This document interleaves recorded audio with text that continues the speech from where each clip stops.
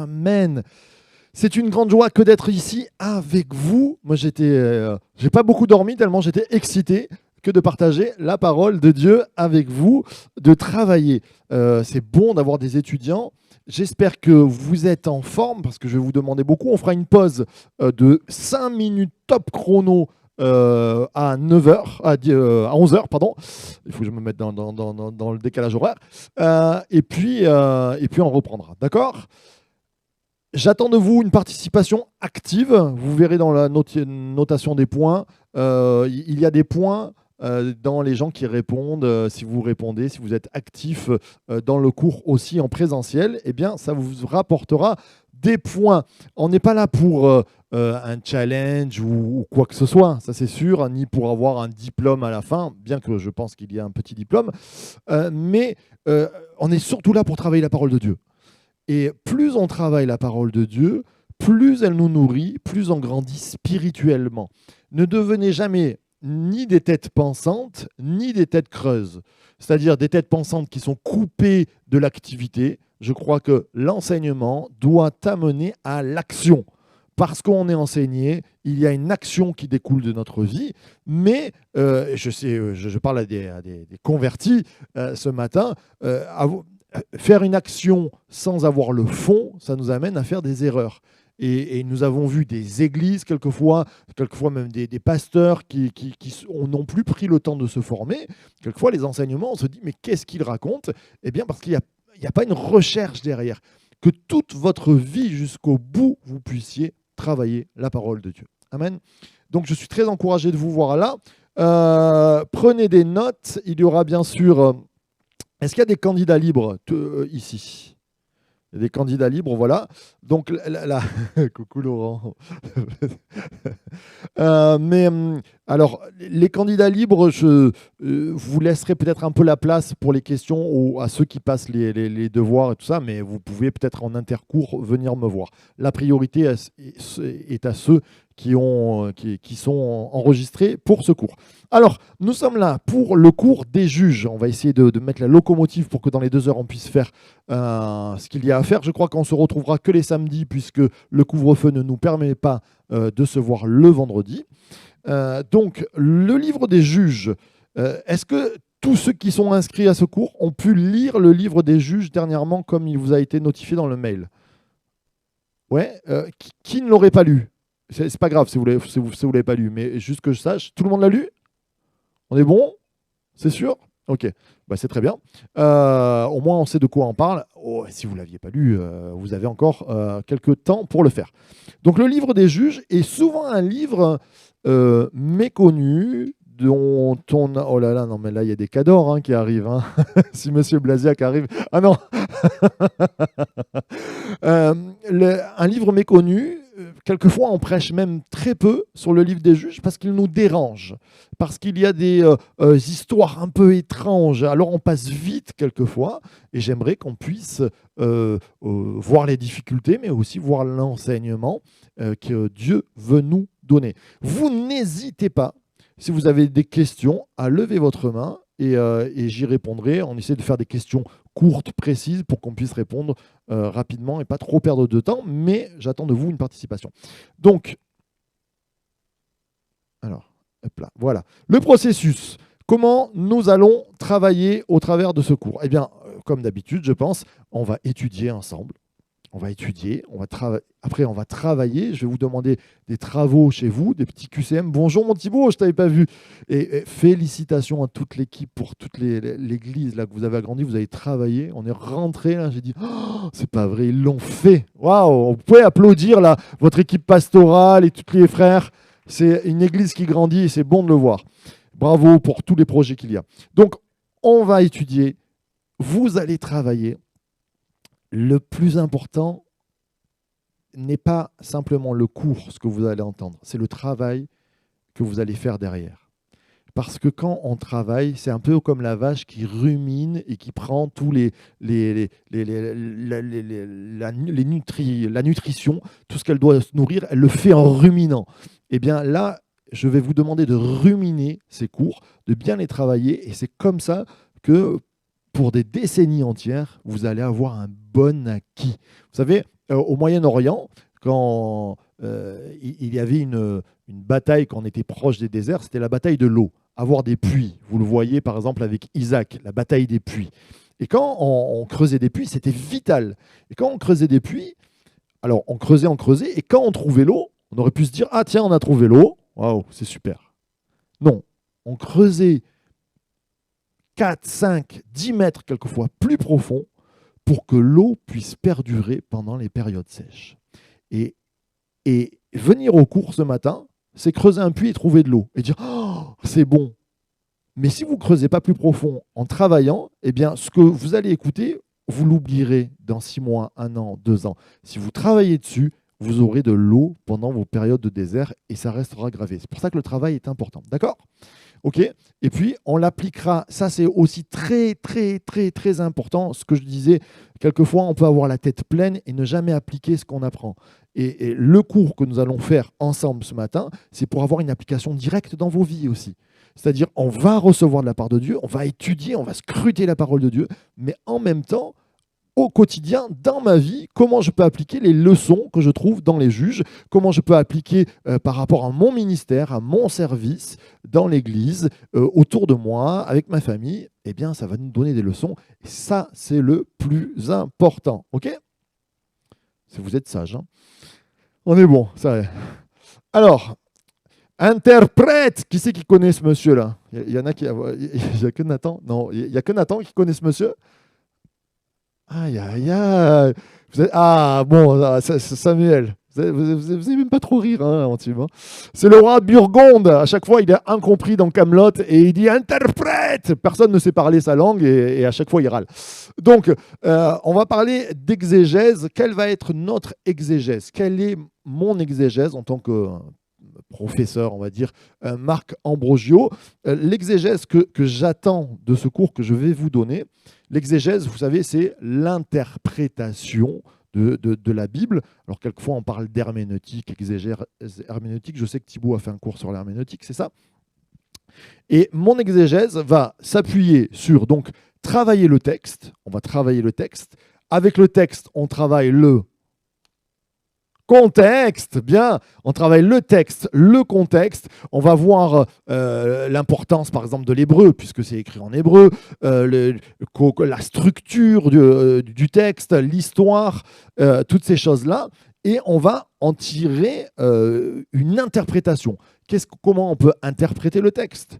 Est-ce que Samson était un bad boy de cette époque-là, ou est-ce que c'était un grand pécheur ? C'est souvent l'interprétation qu'on en a. On verra une autre interprétation qui est intéressante de Daniel Arnold, par exemple, qui dit mais non, en fait, il n'y a que très peu d'erreurs dans la vie de Samson. Voilà, on va essayer d'interpréter le texte, de bien le comprendre, de le travailler, et puis l'exégèse, pour moi, une bonne exégèse amène une bonne herméneutique, c'est-à-dire, ce que je disais tout à l'heure, à appliquer cette interprétation dans ma vie. Mettre en lumière ce que Dieu veut pour que je puisse être un bon témoin. OK ? On est bon ? Vous avez le droit, comme je le dis, vous ne comprenez rien, vous levez la main, j'essaie d'y répondre. Tout va bien ? On est bon. Alors, on parle des notes, parce que c'est important. Les notes globales seront sur 100. Donc, lecture. Vous me ferez passer un papier qu'on va préparer, comme quoi vous avez bien lu le livre des juges dans son intégralité. C'est sur l'honneur, hein, c'est à vous. Hein, si vous mentez, je ne crois pas qu'un croyant puisse mentir. Donc, comme quoi vous avez bien lu le livre des juges, ça vous rapporte 10 points. C'est déjà pas mal, on est d'accord ? Participation et ponctualité. Tintin. Même la ponctualité, je vais noter.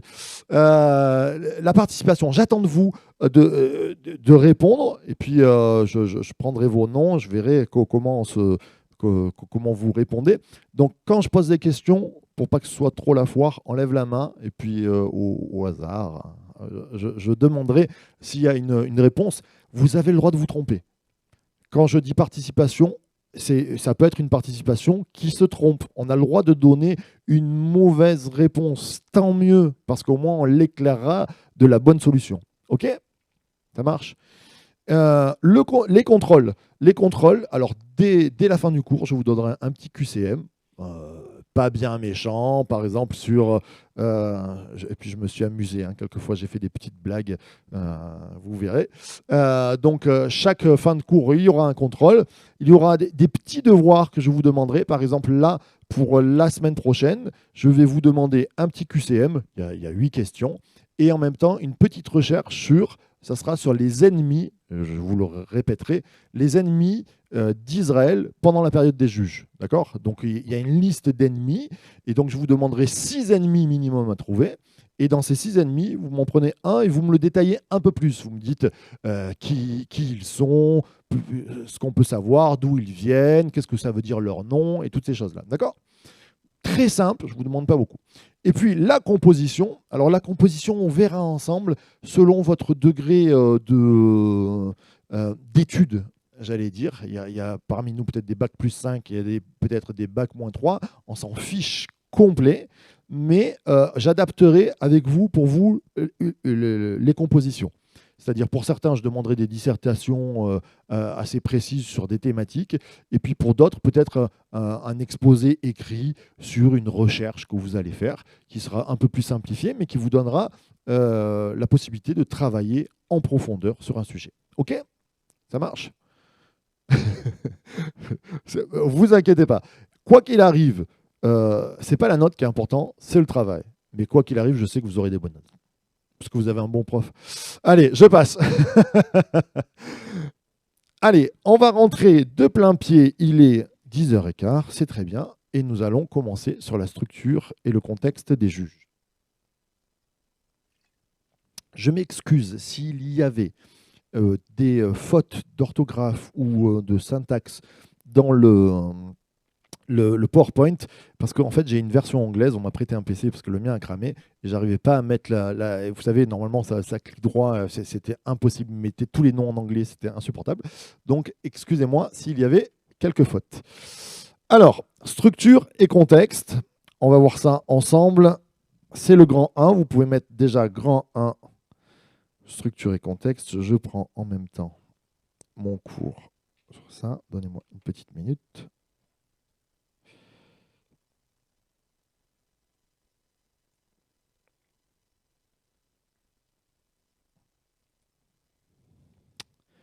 Voilà, on est prêt.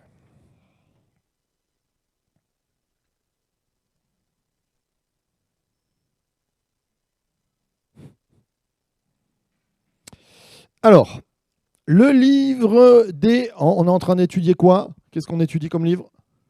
Juge, c'est bien. On lève la main, on n'oublie pas. Julien, tu as levé la main, c'est bien. Livre des juges, on est d'accord. Donc, est-ce que vous savez, est-ce que quelqu'un connaît le nom en hébreu on ne sait jamais, de juge? Je me tourne vers Bruno. Est-ce que Bruno, toi qui lis l'hébreu, tu sais comment on dit juge en... Bon, on va voir ça ensemble. Ok. Qu'est-ce que c'est pour vous qui avez lu le livre des juges? Qu'est-ce que c'est des juges, en gros? Allez, Daniel. Ouais.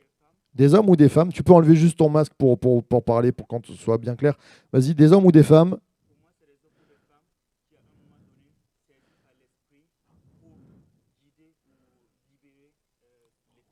Ok, des hommes, des femmes, saisis par l'esprit pour guider. Ok, très bien. La sœur là-bas, oui. Tu t'appelles comment? Émilie. Ok, Émilie, qu'est-ce que tu nous dis, Émilie?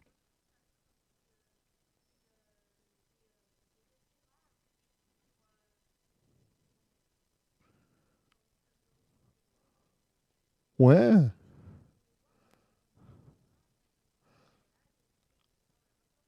Intéressant. Des référents, on verra ça ensemble, parce que des référents aussi pour venir chercher conseil, c'est ce que tu dis aussi, hein, juge. Ce qui peut sembler être absent, mais on verra un détail, il y a un juge qui fait ce rôle-là, un petit peu comme Moïse, qui à un moment donné, des personnes venaient le voir pour lui demander est-ce que c'est moi qui ai tort ou c'est mon voisin, et qu'il ne s'en sortait plus. Est-ce que les juges faisaient ce travail-là? Eh bien, on verra ensemble. Est-ce que d'autres réponses?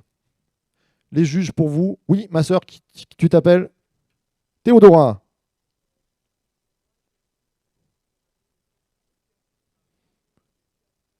ramener le cœur du peuple près de Dieu. C'est ça?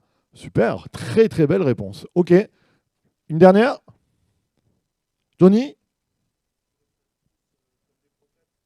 Comme des prophètes. Ok. Alors, ouais, non, non, mais alors je prends. Est-ce que vous êtes d'accord avec, alors, avec ce qui vient d'être dit?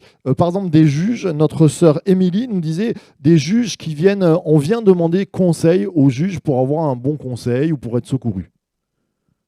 Vous avez un exemple de ça parmi les juges? Ouais, qui? Toi, tu me plais, hein, même si t'es pas enregistré. T'es pas enregistré, dommage, tu devrais t'enregistrer parce que c'était la bonne réponse, il fallait la trouver. C'est Déborah, c'est le seul exemple où on vient la voir pour lui demander conseil. Bien, tu t'appelles comment? Josué, lui, il est annoté, hein, Josué. Attention. Très bien, très bonne réponse. Mais Johnny nous a dit, comme des prophètes, c'est-à-dire pourquoi des prophètes? Est-ce qu'il y a des juges qui sont prophètes? Y a-t-il des juges prophètes dans ce que vous avez lu? Ou est-ce que Johan, très bien. Déborah encore. En fait, si vous dites Déborah, ça marche à tous les coups, on dirait. Euh, la seule juge femme, mais elle marche à tous les coups. Très bien. Alors, je note. Tu t'appelles Johan. Je note à chaque fois aussi les interventions. Très bien. Alors, on passe. Donc, les juges, ça se dit shoftim. Shoftim, alors si vous faites un petit peu d'hébreu, vous avez des bases d'hébreu, shofet au singulier, le juge, et im, c'est souvent un pluriel.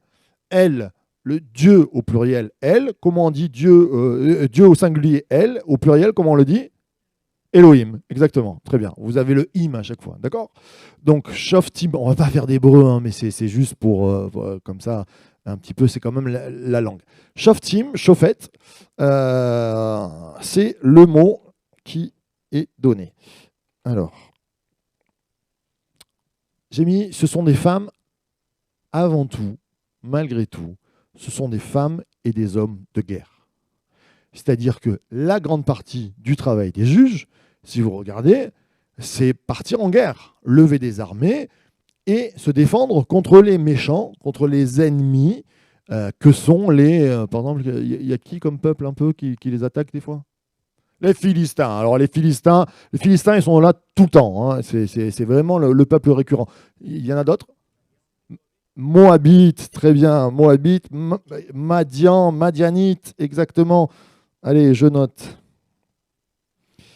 Très très bien. Voilà, donc ce sont avant tout des hommes, des femmes de guerre qui travaillent. Ce sont aussi des leaders charismatiques. On voit, on discerne en eux. Par exemple, on parlait de Déborah, elle est quand même reconnue, hein, c'est une prophétesse. Il y a certains, on verra ensemble, certains juges n'ont pas l'air très charismatiques. Je pense à Jephthé, par exemple, qui est un peu, de par son origine, on verra ensemble, mais le peuple ne semble pas très aimé. En fait, plus on avance dans le temps, moins les juges semblent être aimés. Et au début, les juges sont vraiment montés au pinacle.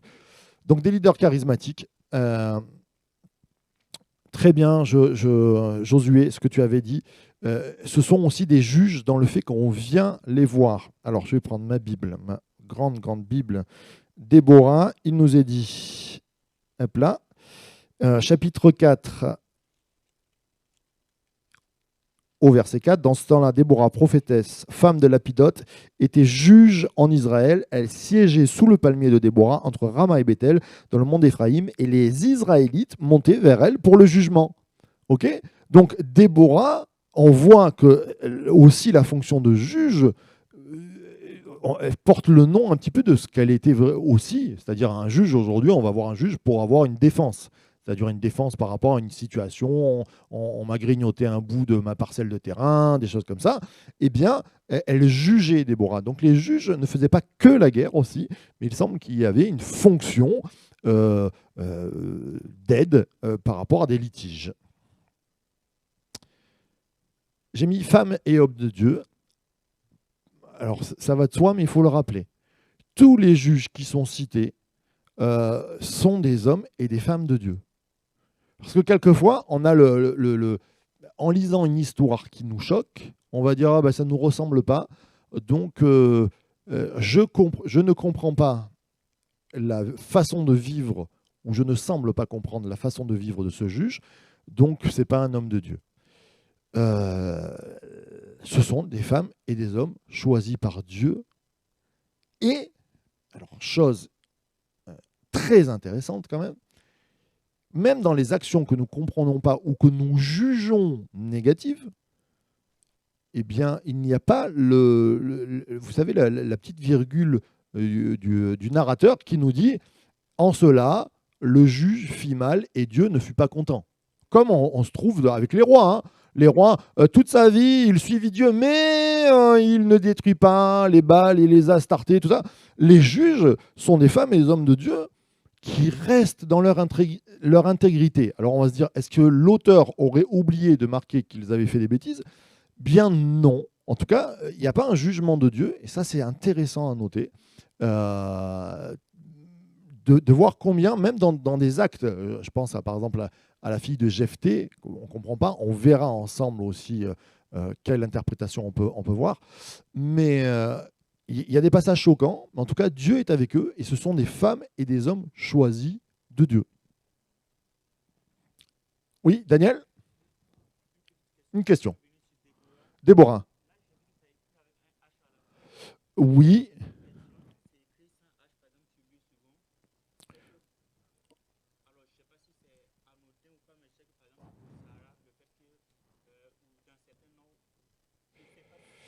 Alors,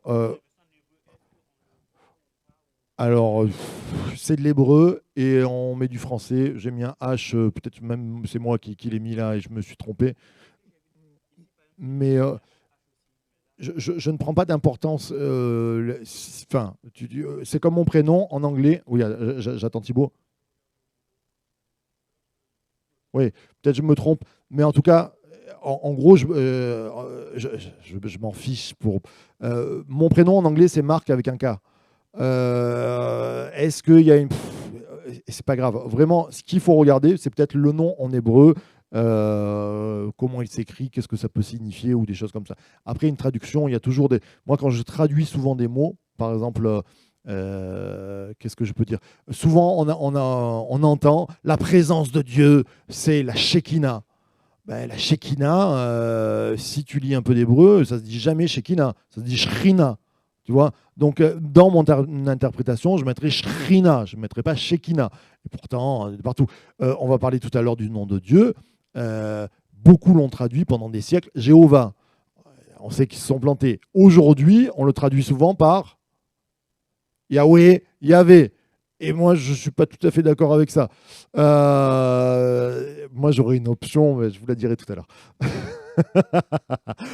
Femme et homme de Dieu. En tout cas, femme et homme de Dieu, c'est important de regarder, quand vous lisez les juges, n'oubliez pas de mettre vos lunettes en disant ce sont des hommes et des femmes de Dieu. Pareil, j'allais dire dans des contextes où, par exemple, on peut être, ça se perd hein, de plus en plus, hein, hyper machiste, une femme qui a un ministère comme Déborah, c'est quand même assez problématique. Eh ben, c'est quand même une femme de Dieu, quoi. Elle ne s'est pas levée en se disant Yukaidi, c'est moi qui le fais, quoi. Non, non, non. Elle est poussée par Dieu, elle a l'esprit de Dieu. Et c'est important de voir que ce sont des hommes et des femmes de Dieu. Alors j'ai mis, ils ne sont ni rois, ni sacrificateurs, ni prophètes. Pourquoi je dis ça? Pourquoi j'aurais pu dire ils ne sont ni rois, ni sacrificateurs, ni guerriers, ni avocats, ni... Pourquoi? Non, toi, tu n'as pas le droit, toi. Pourquoi ces trois responsabilités? Il y a bien un H à la fin dans souvent ce qu'on fait. Ok, pourquoi j'ai mis roi, sacrificateur et prophète? Allez, juste. Celui qui répond bon à cette question, il a 2 points. Oui, c'est une fonction bien à part, mais ouais, je suis d'accord avec toi, mais c'est-à-dire une fonction bien à part. Qu'est-ce que tu veux dire? C'était bien parti.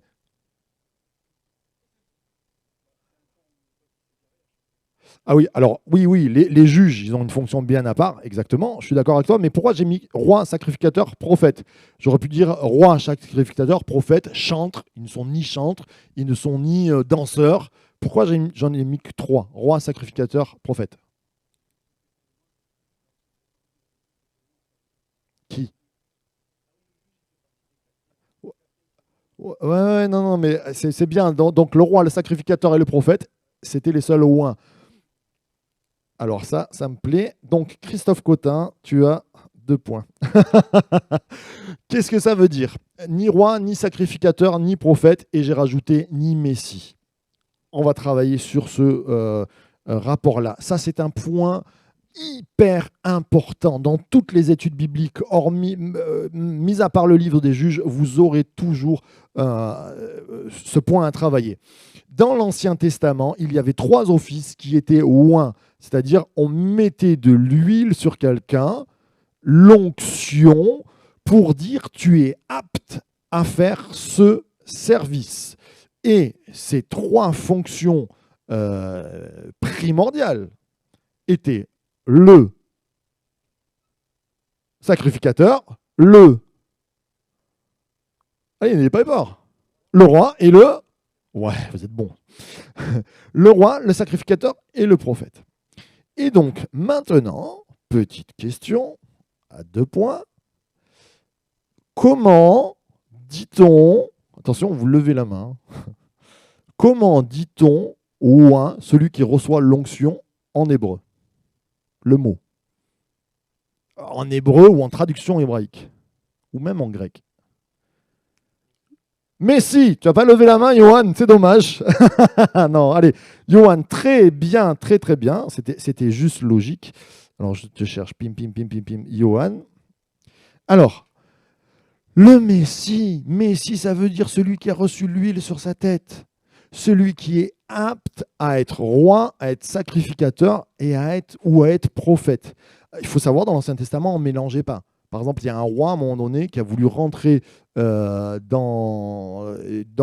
faire un sacrifice dans le temple. Il a touché l'autel et il a eu la lèpre. Bim. On ne pouvait pas mélanger les rôles. Quelquefois, il semblerait... Il y a du prophétisme chez David, par exemple, quand il écrit ses psaumes, mais il n'est pas dit qu'il était prophète. On distinguait bien. Mais Messie, donc quand vous entendez Messie, de suite, vous pensez à onction oint. Maintenant, question à 2 points. Comment dit-on en grec, on lève la main, sinon c'est -1, avant de donner la réponse, comment dit-on Messie en grec? Non mais tu ne vas pas toutes les donner. C'est bien, Johan. Très bien, Johan. Christ. Alors, Christ, en grec, c'est Messie. Donc, quand vous entendez Jésus-Christ, vous entendez Jésus, Messie. En pure traduction, vous l'avez déjà entendu, Yeshua Mashiach. Mashiach, le Messie. Je trouve que Jésus-Christ est une mauvaise traduction. On aurait dû l'appeler Jésus loin. Oui, si on était logique, parce que c'est du grec, Christ. Hein. Jesus Christos, Christ, c'est du grec, qui veut simplement dire loin, celui qui a reçu l'onction. D'accord? Donc on aurait dû, c'est moins joli, hein, mais Jésus loin. On aurait dû mettre J-O au lieu de JC. Jésus loin. Donc, juste petit aparté, nous sommes appelés, comment on a appelé les croyants qui croient en Jésus-Christ, on nous appelle les chrétiens. Très bien. Johan c'est Lucky Luke, hein, il est bon, il veut les points. Donc, les chrétiens, qu'est-ce que ça veut dire? Petit, alors petit Christ, petit ouin. Petit ouin. Rappelez-vous que quand on vous appelle chrétien, c'est petit ouin. D'ailleurs, on pense que peut-être au début de l'Église naissante, se faire appeler chrétien, c'était pas forcément quelque chose de très positif, c'était peut-être une moquerie. Certains pensent à cette option-là, c'est-à-dire on les appelait les pommadés, les huilés. C'est comme on dirait, ah, lui, il est plein d'huile, il est pommadé, là. Ah, il se moquait d'eux. Donc chrétien, c'était pas forcément très très positif en premier terme. Mais rappelez-vous, moi je suis fier de m'appeler chrétien, je suis un petit ouin. C'est-à-dire que dans ma vie, ce qu'on disait dans l'application au quotidien, j'ai quelque chose du roi, j'ai quelque chose du sacrificateur et j'ai quelque chose du prophète. Une part. Oh, Là, on rentre dans la profondeur. Mais bibliquement, ça se tient. Mais bien sûr que ça se tient. Il a fait de nous un peuple de... Ah, tiens, ouin, très bien, Julien. Il a fait de nous, et il nous a appelés à régner. Nous sommes appelés... Alors, je ne suis pas le roi, mais je fais partie de la famille royale. Je suis appelé à régner. Il y a en moi cette onction de règne. Ça veut dire, vous savez, quand on parle quelquefois, l'Église, c'est pas la tête, c'est pas la queue, c'est la tête.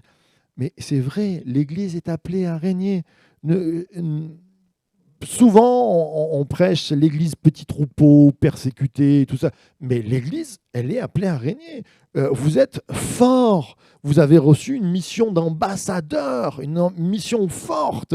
Il y a en nous ce feu du règne de Dieu. On amène le royaume des cieux avec nous. On n'est pas des gens ridicules, quoi. Nous sommes les ambassadeurs. Waouh, c'est juste bon.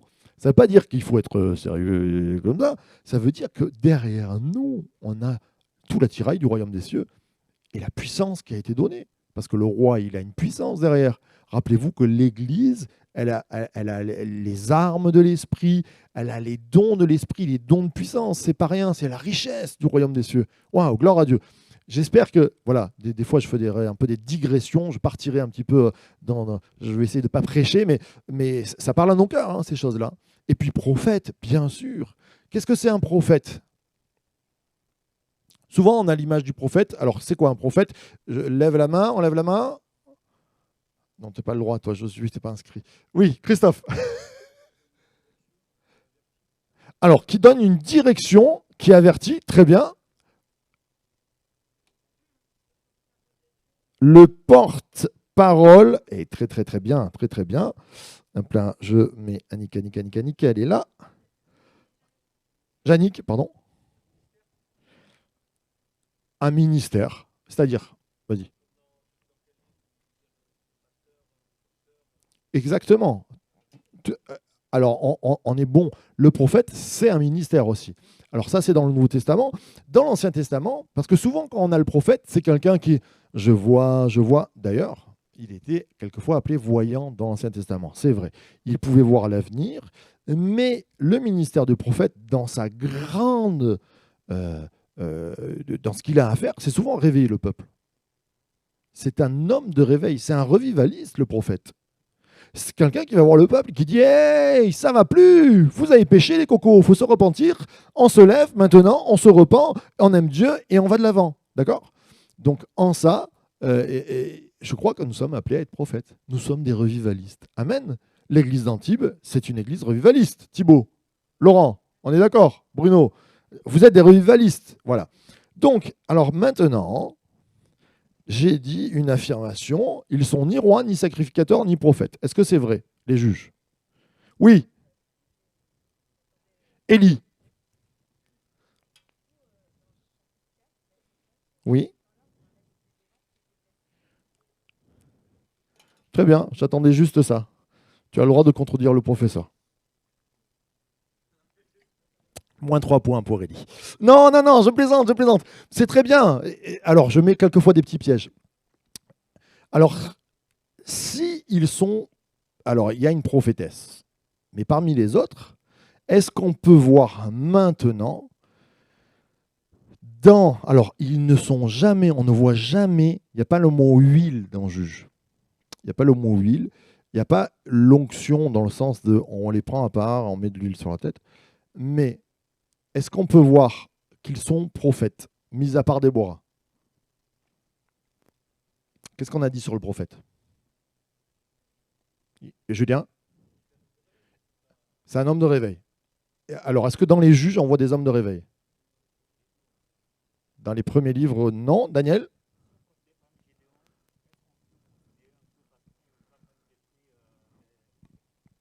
Gédéon, pourquoi ça serait un homme de réveil? Parce qu'il lève le peuple.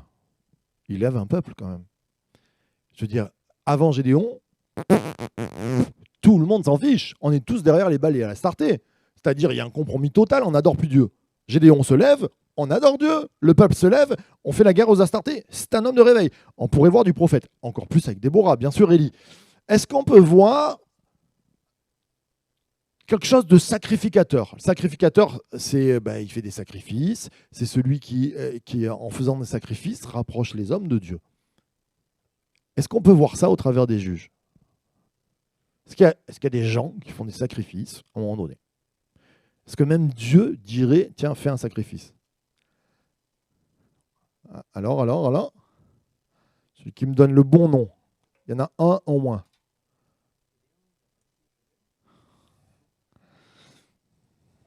Johan, attention, Gédéon, exactement. Qu'est-ce qu'il fait notre ami Gédéon? Il prend un taureau, Dieu lui dit, tu feras un sacrifice sur l'autel, tu balayes les balles et tu fais un sacrifice. Et Gédéon devient sacrificateur. C'est lui qui fait le sacrifice. Hein. C'est lui qui prépare le... Et roi. Le roi, il a l'onction pour régner, pour administrer et pour défendre. Est-ce que les juges administrent, défendent, règnent? Comment? Non, Thibaut, tu n'as pas le droit de répondre. Hein. C'est que ceux qui sont enregistrés. Oui? Oui,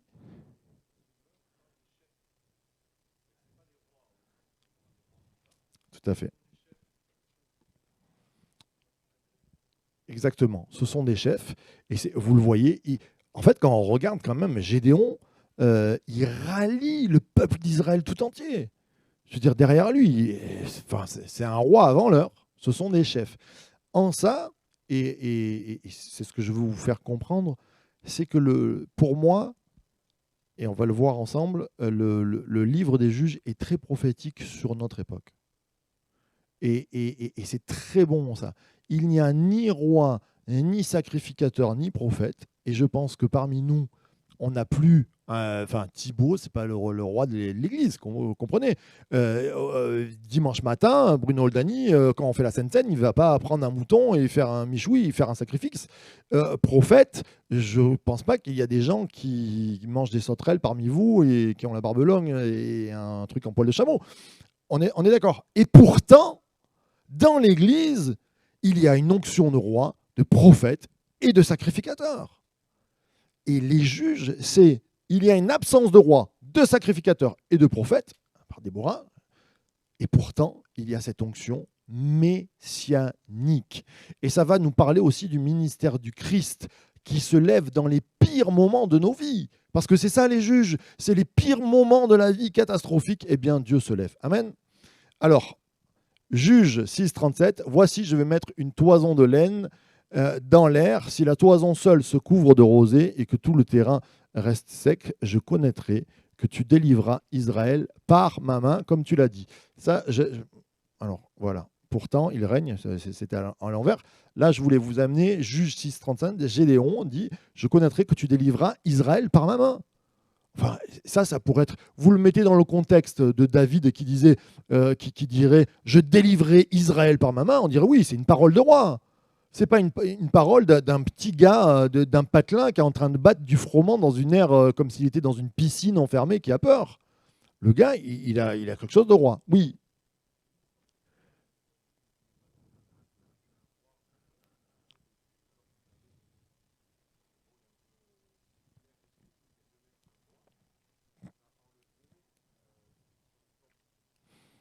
Alors, c'est une très bonne question. On voit que Dieu est défavorable quand le peuple demande le roi dans le livre de Samuel. Et Samuel est très triste, mais il dit, Samuel, ne crois pas qu'ils t'ont rejeté. Parce qu'on pourrait dire que le dernier des juges, enfin Samuel, c'est un peu bizarre, hein, on en parlera, mais c'est peut-être le dernier des juges. Eh bien, Dieu va dire, c'est pas toi qui le rejette, c'est moi qui le rejette. Et donc la royauté, c'est pas forcément quelque chose de très positif. Et Dieu semble pas plus à l'aise, mais plus à l'aise avec le fait d'envoyer des hommes de Dieu. Moi, je pense que les juges et les jugesses, ce sont des hommes et des femmes de Dieu. Et il n'y a pas une précision royale à devenir orgueilleux. Ils se lèvent et ils font, avec l'onction de prophète, de roi et de sacrificateur, ils font ce qu'ils ont à faire. Et ça, c'est... Merci Alain d'avoir levé cela. Combien de fois je vois des ministères qui disent moi, aujourd'hui ça fleurit, je suis prophète des nations, je suis apôtre de ceci, je suis pasteur. Je dis avant tout, nous sommes des hommes et des femmes de Dieu, choisis pour servir Dieu. Nous sommes des serviteurs de Dieu. On est au service des autres, on est au service de Dieu, et nous sommes des hommes et des femmes de Dieu. Il y a peut-être sur nous une onction de prophète, de roi apostolique pour construire des choses comme ça, mais j'aime bien le côté juge aussi, parce qu'ils ne sont ni rois, ils n'ont pas de titre, mais ils font l'action. Thibaut.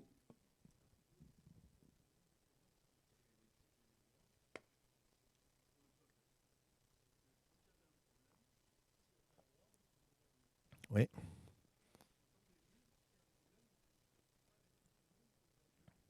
c'est vrai. Oh, très bien. Très, très bien. Très bien. Vous pouvez le noter, ça, hein. Exactement. Exactement. Ouais.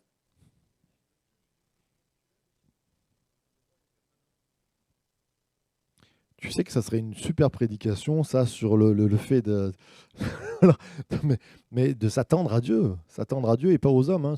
Malheur à l'homme qui se confie en l'homme. On pourrait retomber sur les rois. Et aussi, une grande différence, c'est que quand le roi est donné, Dieu va dire, vous voulez un roi, mais le roi dominera sur vous, il prendra vos filles, il prendra le meilleur de vos vins, il prendra tout ça. Les juges, peanuts, hein, ils prennent pas tout ça, quoi. Donc, il y a une part d'orgueil en moins, il y a beaucoup de choses. Alors, pourtant, il règne. Donc, on voit du roi dedans, on en a parlé, je passe vite. Pourtant, ils sont sacrificateurs. Juge, tu bâtiras. Donc, Gédéon, juge 6, 26. Attention, notez peut-être je donnerai le cours en toute fin du cours, après les 4 leçons. Hein, d'accord. Donc, vos notes, là, vous les prenez. Les contrôles, vous n'aurez pas de polycope pour les contrôles. Ce sont vos notes. Hein. Juge 6, 26, tu bâtiras ensuite, mettez pas le verset en entier, hein, prenez juste la note, tu bâtiras ensuite et tu disposeras sur le haut de ce rocher un autel à l'Éternel ton Dieu, c'est l'ange de l'Éternel qui lui dit, tu prendras le second taureau et tu offriras un holocauste avec le bois de l'idole que tu auras abattu. Donc il devient sacrificateur, c'est ce qu'on disait. Et puis pour ce qui est... Ah, Jephthé, oh là là, oh là là, Jephthé, Jephthé, Jephthé. Vous vous rappelez Jephthé? Jephthé, il est connu pour quoi? On lève la main. Pas d'autre main que Johan. Allez, Johan, pourquoi il est connu, Jephthé? Il a sacrifié sa fille. On se rappelle que de ça. Hein. On se rappelle pas qu'il était oint de l'esprit. Enfin, pas oint, j'aime pas ce mot, on verra pourquoi. Il était saisi par l'esprit, revêtu de l'esprit. Il a fait une grande victoire. Dieu ne dit rien de mal sur lui. Et ce qu'on retient de mal, c'est qu'il a sacrifié sa fille. Alors on verra ensemble quand on fera l'histoire de Jephthé. Je peux vous dire que moi j'ai un autre point de vue, pas par rapport au sacrifice, mais sur ce qu'il a fait de mal. Parce qu'à la fin de sa vie, Jephthé, à un moment donné, avec Éphraïm, il a une petite histoire, si vous vous rappelez de la ciboulette et de la chiboulette, pour ceux qui s'en rappellent de cette histoire-là, eh bien c'est à cause de Jephthé, et ça, on devrait le noter au départ. Alors, attention, Jephthé, là je fais une parenthèse, une grosse parenthèse qui est la pensée de Marc Ambrogio. Il n'est même pas sûr de ce qu'il est en train de dire, mais je trouvais que c'était une bonne réflexion à avoir. Je vous la transmets, je ne dis pas que c'est ça. Attention, il faut savoir, pour ceux qui sont terrorisés par l'histoire de Jephthé, c'est-à-dire il dit « Seigneur, si tu me donnes la victoire, eh bien le premier que je croise, je l'offrirai en holocauste. De ma maison. » Il rentre chez lui et il nous a dit, il a la victoire en plus. Il nous a dit qu'il est saisi par l'esprit. Et il rentre chez lui, qu'est-ce qui se passe? Il croise sa fille unique. Et là, il dit, oh malheur, c'est pas vrai. Mais comme c'est un homme de Dieu, le vœu qu'il a fait, il doit l'accomplir. Alors là-dedans, on se dit, mais Jephthé, mais comment ça? Il va sacrifier sa fille, c'est insupportable, c'est un gros pécheur, parce qu'il n'y a que les nations païennes qui sacrifiaient leurs enfants. Ok? Il y a une sortie de secours. Je vous la transmets. La sortie de secours, il y a une grosse option de théologiens qui pensent cela, c'est que en fait, il n'a pas sacrifié en lui coupant la gorge. Il l'aurait sacrifiée et mis en holocauste en la mettant au service du temple. Alors vous allez me dire que ce n'est pas marqué, mais la fille de Jephthé ne pleure pas sur sa vie, elle pleure, vous vous rappelez sur quoi? Tu n'as pas levé la main, c'est Julien qui l'aura. Je plaisante, hein, mais très bien. Elle pleure sur sa virginité parce qu'elle ne se mariera pas. Et en gros, certains pensent qu'il a fait de sa fille, entre guillemets, une bonne sœur, quoi, une nonne. Quelqu'un qui serait au service de Dieu, qui serait en holocauste, comme Samuel, rappelez-vous Samuel, l'enfant unique d'Anne, qui est donné au temple. Vous vous rappelez, Samuel, il est offert en sacrifice à Dieu en holocauste. Alors, certains vont dire oui, mais holocauste, on reviendra sur cette histoire. Moi, je pense que, parce qu'il faut voir le mot holocauste et tout ça, je pense que ça peut tenir debout. Hop là, merci. Ça peut tenir. Et puis, plus que ça, c'est là où j'aimerais vous amener, c'est le fait, pour moi, il y a quelque chose de christique là derrière. On ne s'en aperçoit jamais. Là, c'est mon point de vue, Marc Ambrogio. On ne s'en aperçoit jamais parce que c'est une fille. Dès qu'il y a le sacrifice d'Isaac, tout le monde dit ah, c'est Jésus derrière Isaac. On a rarement, j'ai jamais entendu une prédication ou une pensée sur le fait que la fille de Jephthé pouvait représenter une image du Christ, c'est-à-dire la fille unique. En fait, Jephthé pleure sur sa virginité et pleure aussi avec sa fille sur la virginité de sa fille parce qu'il sait qu'il n'y aura pas de descendants. C'est-à-dire à cette époque-là, c'est sa fille unique, c'est la seule qui pouvait lui donner des enfants, des petits-enfants. Eh bien, que dalle.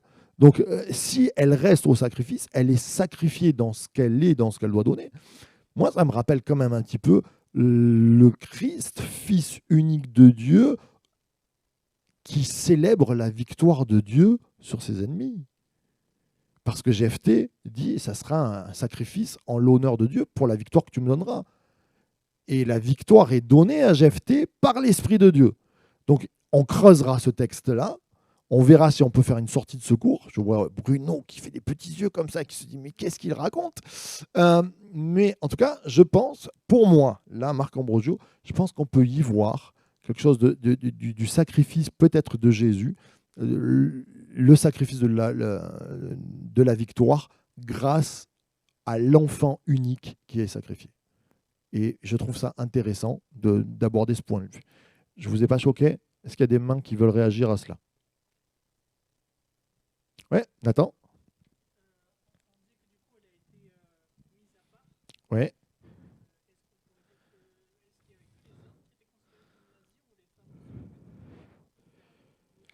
Alors, il n'est pas mis une vœu de nazir. Je creuserai la question quand on bossera sur GFT les semaines prochaines, mais c'est intéressant. J'ai vu une autre main, je crois que c'est Daniel, oui.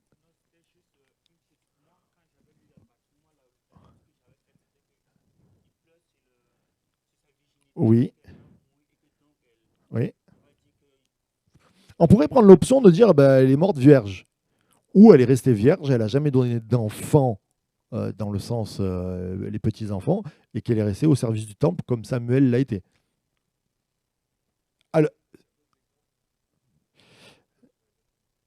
non, mais il nous est dit que c'est resté une tradition en Israël, dans ces versets, comme quoi les filles doivent partir 4 jours à l'âge de leur... en pensant à la fille de Jephthé. L'option, elle est restée au service de Dieu, est une option, moi, sur le coup, je dis c'est un peu osé. Je me rappelle quand je faisais des études théologiques, je disais on sort le lapin du chapeau, quoi. Mais on verra quand on travaillera à Jephthé, quand même que Jephthé est un homme qui craint Dieu, qui a la victoire par le Saint-Esprit, et on sait très bien qu'en Israël, on n'avait pas le droit de sacrifier les enfants, quoi. On n'avait pas le droit de les égorger. Donc, où Dieu a craqué et Jephthé avec, où Jephthé est un homme de Dieu, et le vœu qu'il fait n'est pas celui peut-être qu'on entend. Thibaut.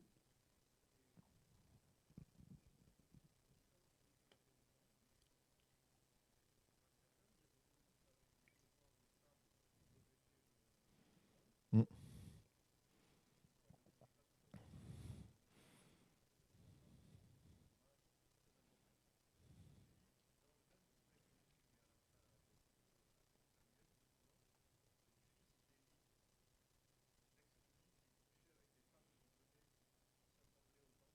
Ah oui.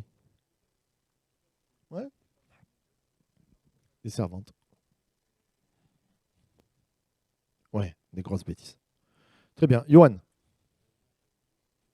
une remarque, oui?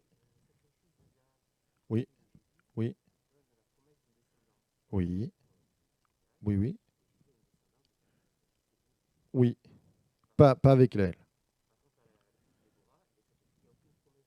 Ouais, je sais, ça peut être une complexité, mais elle est la célébration de la victoire. C'est-à-dire que enfin, par ce vœu-là, parce qu'il fait un vœu, parce que le vœu, c'est je fais ce vœu pour que tu me donnes la victoire. D'accord? Et la victoire, c'est le salut du peuple. Parce que si Jephthé ne gagne pas, c'est le peuple qui meurt. Et c'est la descendance, la virginité de cette fille qui est en jeu pour sauver le peuple. C'est intéressant quand même. Hein. Voilà, on y reviendra. Mais oui, clair. C'est clair. Oui, c'est bien ça. Hein. Je reconnais les yeux.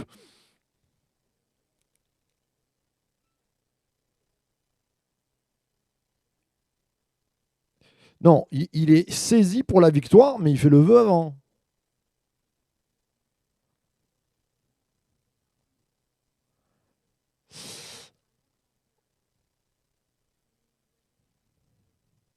Alors, oui, tout à fait, mais sauf que il n'est jamais dit que Dieu était contre ce que Jephthé a fait avec sa fille. Un. Et de deux, il y a quelquefois, on le voit, je ne sais plus dans quel passage, c'est Josué, tu m'arrêtes Thibaut, où le peuple veut monter et dit allez, on monte à la victoire, et ils ne cherchent pas Dieu, ils y vont. Et quelquefois, les bonnes. Je pense que si Dieu n'avait. Si Jephthé avait fait un vœu qui déplaisait à l'Éternel, il n'aurait pas eu la victoire. Euh, Parce que ça allait à l'encontre. Il allait faire un sacrifice comme les gens contre qui il allait combattre. C'est-à-dire ce que Dieu condamne chez les autres nations, il allait le faire et il allait donner la victoire à Jephthé. Je trouve qu'il y a un petit peu... Oui, Élisée. Ouais. Ouais. Hein. Moi, je crois pas que c'est une erreur. Hein. C'est dur à dire, hein, mais je crois pas que c'est une erreur. Enfin, je pense pas, et on pourrait le voir là aussi, on pourrait travailler sur ce texte, mais ça sera une autre fois, si on fait un autre cours sur Élysée. Mais Élysée, sur cette. C'est pas, il s'est raté, il en pouvait plus, il a craqué, il avait trop bu, quoi. Euh, Même si, oui, ça nous choque. C'est hyper choquant. Je suis d'accord avec toi. Ce qui nous choque, en tout cas, il n'est pas. Élysée n'est pas réprimandé, ni Jephthé. C'est en ça où on doit se poser des questions. Voilà, on ira. OK. Mais je comprends aussi ton point de vue. Après, notre point de vue aussi, 2021, sous la démocratie française socialiste, et tu vois, on a du mal des fois à comprendre le contexte des juges hein, aussi et les actions de Dieu. Structure et contexte. Plein, voilà, prophète. Dans ce temps-là, Déborah, prophétesse, femme de Lapidote, était juge en Israël. Voilà, allez, on avance. Et Messie, juge 3:10, l'Esprit de l'Éternel fut sur lui, il devint juge en Israël, et il partit pour la guerre. L'Éternel livra entre ses mains un roi de Mésopotamie, et sa main fut puissante contre Kushan. Attention, question à un point, vous levez la main, vous ne répondez pas, je donne. Qui est le juge dont il nous est parlé là? L'Esprit de l'Éternel fut sur lui. Regardez, non, non, regardez pas la Bible. Oh, non, non, non. Juge 3, c'est le premier des juges. Allez, attention la main. Yannick, t'es obligé de savoir. Non. Othniel. Allez, Yannick, je prends. C'est Élisée qui l'a dit? Élisée, bravo Élisée. Othniel. Pourquoi je vous ai mis Messie? Il n'y a pas l'action où on prend de l'huile, comme je disais, pour les rois, de ça, pour les juges. Je n'aime pas dire onction quand il n'y a pas onction. C'est là où si vous lisez le bouquin de Daniel Arnold où ils disent qu'ils étaient oints, ils avaient reçu l'onction. Euh, J'aime pas cette terminologie parce qu'il n'y a pas l'acte. C'est comme quand vous dites un prédicateur, il est oint. Oh, qu'est-ce qu'il est oint, il a reçu l'onction. Ça, c'est dans notre démarche, tout ça. Ben, je ne pense pas que dans le Nouveau Testament, on puisse dire que quelqu'un ait l'onction. C'est dur ce que je veux dire, hein. Mais dans le Nouveau Testament, il y a une fois l'onction, et c'est pas du tout, c'est pour l'onction d'huile quand on met sur les gens. Mais un prédicateur, ah, il est oint, il a reçu l'onction, on se plante de terminologie. Si on devrait parler comme le Nouveau Testament, on devrait dire, il est bien, Daniel. Il est rempli, il est plein du Saint-Esprit. C'est ce qui nous est dit des apôtres. À chaque fois quand il y a une action de Dieu, ils sont pleins du Saint-Esprit. Je ne sais pas pourquoi on est parti sur l'onction, sur ce terme-là. Et donc, les juges, ils ne sont pas loin comme un Messie, mais ils sont loin comme nous. C'est-à-dire que Julien Dalmasso, il n'a pas reçu, on n'est pas venu lui mettre de l'huile, on a dit, ah, maintenant, tu vas être baptisé du Saint-Esprit. Non, non, non, non, non. Cette onction peut-être divine c'est une marque de Dieu. On a été rempli du Saint-Esprit. Et en ça, je trouve que Othniel, l'Esprit de l'Éternel fut sur lui. Alors certains vont dire il y a une différence entre rempli, fut sur lui. En tout cas, le gars, l'Esprit de Dieu agit. Et en ça, en parallèle avec notre époque, je crois qu'on on ne nous met pas de l'huile dessus, mais Dieu vient nous remplir. Il y a quelque chose de ça en messianique. Ok? Ça va? Allez, on avance, on est bientôt près de la pause.